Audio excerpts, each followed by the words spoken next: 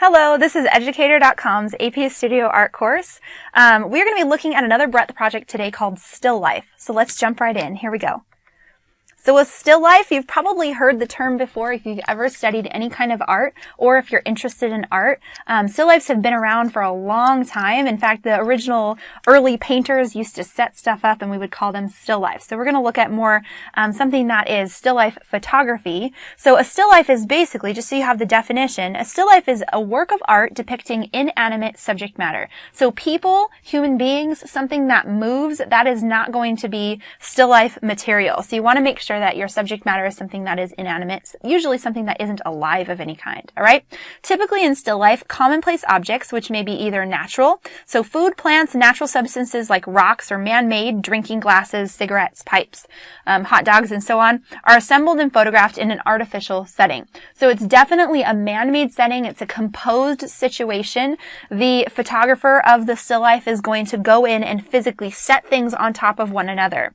And it's not something, so it's not, you're not going to go into your kitchen and just take pictures of stuff on your counter. Instead, you're going to grab a bunch of stuff. You're going to go find a situation. You're going to throw a backdrop or a cloth over the table, and then you're going to add some stuff and kind of assemble it. So before you even start thinking of composition in your mind with your camera, you're going to start by thinking about composition as you set up the actual still life. Think about the way that you're stacking things together and composing. Okay, so it's a popular Western, it's been popular in Western art since the 17th century. It's one of the oldest forms of art, one of the oldest kinds of ways that we have expressed ourselves as humans. And you see it in still life paintings and photographs. They give the artist more leeway in the arrangement of design elements within a composition than do paintings and photographs of other types of subjects, such as a landscape or portraiture. So you have a lot of control in this style, in this genre of photography. You get to control everything. You get to control what's in the photo. You get to control the lighting environment. You get to control the way that everything is arranged. So this is the kind of project that's really great for people who like to have a little bit of control over everything. It's good for you. So here's a couple of very traditional style still lifes. So these are definitely paintings. They're not, this one's actually, no, they're both paintings. So this is a painting, this is a painting, but they almost look photographic, especially this black and white image. But these are actually just kitchen objects that have been laying around, right? Stuff that they grabbed together and then kind of assembled. Same sort of thing here. Stuff that was in probably some sort of old kitchen. There's a newspaper and some matches, matchbox, and some, looks like rutabagas, or I don't know, those, maybe they're beets, I don't know. And then a loaf of bread. So this is a very, very traditional, very typical looking still life. So let's look at a couple of more modern stuff since we don't live back then. So here's a modern take. So this photographer decided to create a still life using stuff that they found in a garage. So instead of grabbing absolutely everything in the garage, they really got specific and used the tools and for bolts and then the bolts themselves, and was able to kind of stack them up and create this really beautiful composition. I want you to notice the negative space, of course, right? Notice the simple background. Notice the rule of thirds following, right? The subject matter is centered, but it's still the main point of the subject is off to the side over here. So it's really important. Make sure you're thinking about composition as you even set stuff up, even before you take your picture. Make sure that as you arrange everything, you're thinking about how you can take that picture and still follow the rule of thirds. Play around with it. And also don't feel like after you set it up, you can't change it. Of course you can change it. If you set it up one way, take a bunch of pictures and it's not working, simply change everything around and then start reshooting. No big deal. So here's another modern take on a still life.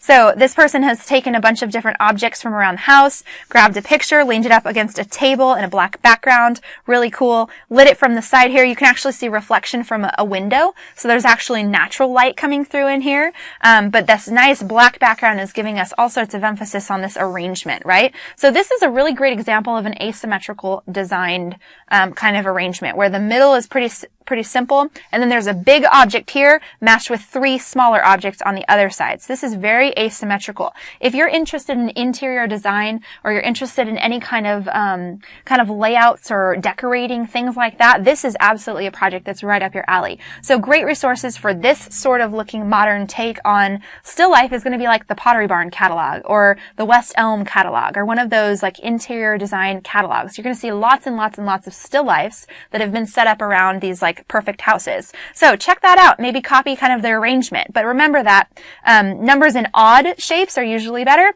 and we want to take something big and set something small that's maybe a couple of them next to it to balance it out. All right, so some tips for success. The first thing that you're going to want to do is to choose a theme and gather materials. This should be pretty easy. You can go throughout your house and you can decide what you want to use for your still life. Maybe it is, everything that's found in the kitchen. Maybe you get even more specific and it's just cooking objects. So it's pots and pans and the little materials, the instruments that you use to cook with. Or maybe it's completely different. Maybe it's just silverware. Or maybe it's just glasses and you make pyramids with glasses that are see-through and some are not see-through, or whatever you want to do. Maybe you don't go in the kitchen. Maybe you go somewhere completely different. Maybe you go into your garage and you decide to take a bunch of nails and set up a bunch of nails in an interesting way. Or maybe you go outside into the yard and you decide to use gardening materials. Or maybe you just go into your bedroom and you have a bunch of, sports supplies and you decide to kind of create a still life in your bedroom. Or maybe you collect something. Maybe you have Legos in your house and you want to create a stack of Legos. Or maybe you have old cards. Or it can be anything that you want. Absolutely anything. But you're going to go through, make sure you choose one theme and stick to it, and then gather those materials together.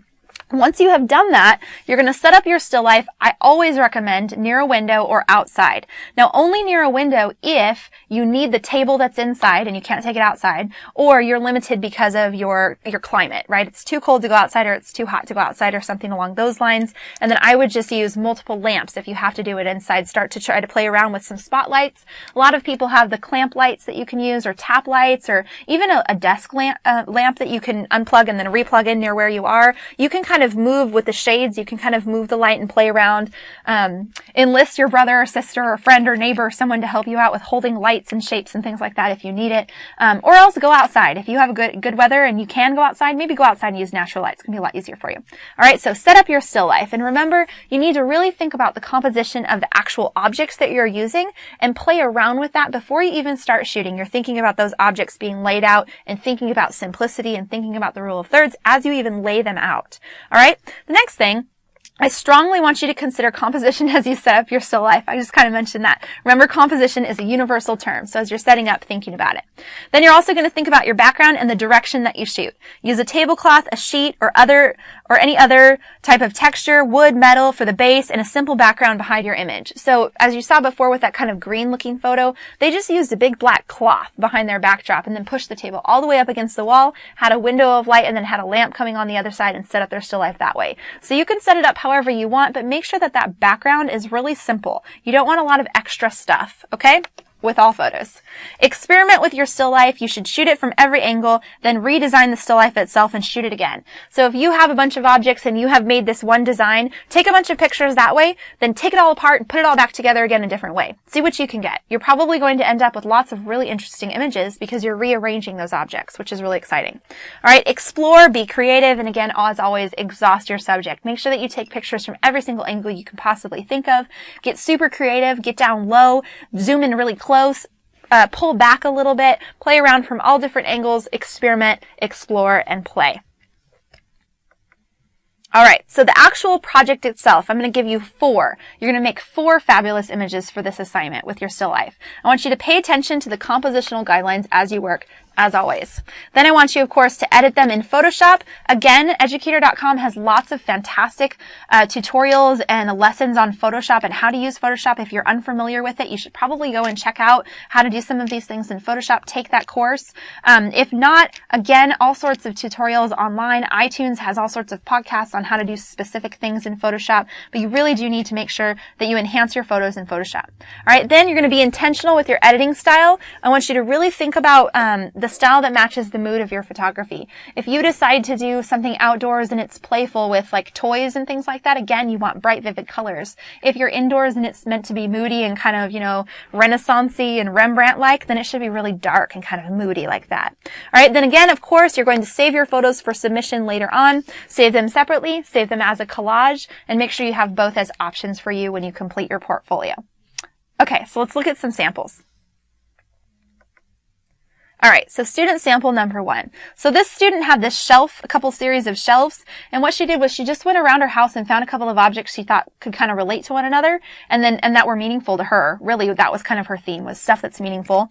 And then she kind of set them up in a really simple way and then side-lit them using the window that was near her shelf. So you can see in each of these different images things that were kind of important to her, things that communicated something about who she is, or things that she had collected. But notice that it's super simple, right? right? It's just the wall as the background, a black shelf, and then certain little tiny objects. And she recreated, and not every single object is in every single photo. So she recreated her still life several different times, pulling out objects, putting in new objects, and then created this series of images that's really, really beautiful. Notice also the layout of the pictures as a collection, right? It's a designed collection of images. On this side, she's got big balance over here in a line. On this side, a big block, negative space. So these two pictures really relate to each other and really work as end caps for these images that are smaller and in the inside. And again, notice these rule of thirds compositions that are happening in each of these images. They're all set off to the side. They all have negative space in the background. Beautiful work right here. Great student sample.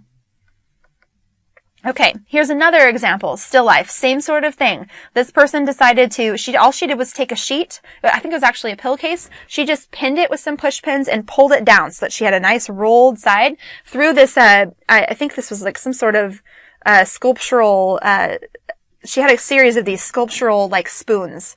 And so she had these different spoons and she had these different things around her house and she just set them up for her still life and added and subtracted. So again, in this composition, as she has all three, notice that these are on the sides, right? This space is taking up and then this space is taking up the same amount of space, but it's centered. So the way that these images work together is very beautiful and very interesting. Negative space in all three. So pay attention to negative space as you're shooting.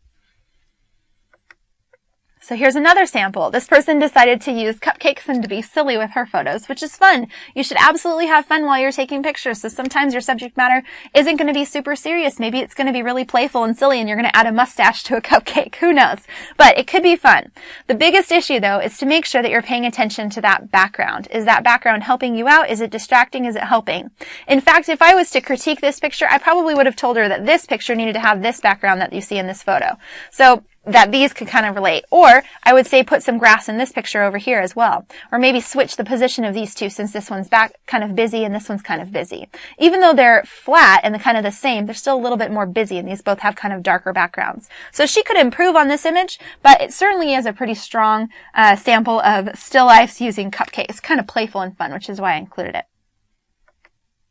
Okay, student sample 4. So I have a couple people who really love sewing stuff. So they have used all sorts of sewing stuff in their samples, but these are beautiful, beautiful images. Notice just this arrangement. I want you to just see in the upper left, or I'm sorry, in the upper right and then in the lower left, so that we've got kind of these lines and all this extra negative space kind of showing through these still life pictures. So she pulled all of the yarn out and kind of fuzzied it here. She set all of these buttons out and then she push pinned all of these little things into the push pin tomato. So you can decide. It doesn't have to be a lot of objects. Sometimes people think with still lifes they have to throw, absolutely everything into their still life, and it's just not true. You only need a couple of objects, and you can keep it very simple, keep it really clean, and it'll stay really modern looking if you do it that way.